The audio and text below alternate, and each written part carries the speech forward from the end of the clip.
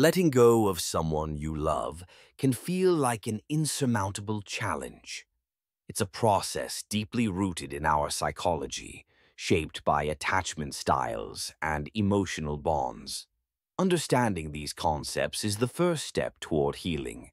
Attachment theory suggests that our early relationships with caregivers influence how we connect with others. If you've experienced anxious attachment, you might find it particularly hard to detach. Recognizing your attachment style can help you understand why you feel so tied to this person. It's not just about love, it's about how you've learned to relate to others. Now, let's talk about cognitive strategies. One effective technique is cognitive restructuring. This involves identifying negative thought patterns that keep you stuck. For instance, if you catch yourself thinking, "I can't live without them," challenge that thought. Ask yourself, "Is this really true?" Replace it with something more empowering like, "I can find happiness within myself." This shift in perspective can be liberating. Next, consider behavioral techniques. One powerful exercise is to create physical distance. This doesn't mean you have to cut them out completely, but reducing contact can help you gain clarity. Set boundaries around communication and social media. This space allows you to process your feelings without constant reminders of your attachment. Mindset building is crucial during this phase. Embrace the idea that letting go is not about erasing memories, but about making room for new experiences.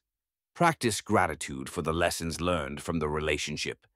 Each experience contributes to your growth, shaping who you are today. Advanced emotional tools can also aid in this journey. Journaling is a fantastic way to explore your feelings. Write letters to the person you're letting go of. Letters you'll never send. Pouring your emotions onto paper can provide a sense of release and clarity. Additionally, mindfulness practices like meditation can help you stay present and reduce anxiety about the future. Let's look at a real-life case study. A friend of mine went through a painful breakup. Initially, she was consumed by sadness, unable to see beyond her loss. But she started implementing these strategies. She recognized her anxious attachment style, began journaling her thoughts, and set boundaries with her ex. Over time, she found strength in her independence and discovered new passions. Her journey wasn't easy, but it was transformative. As you navigate your own path of letting go, remember that it's a process. Be patient with yourself. Embrace the discomfort, knowing it's a sign of growth.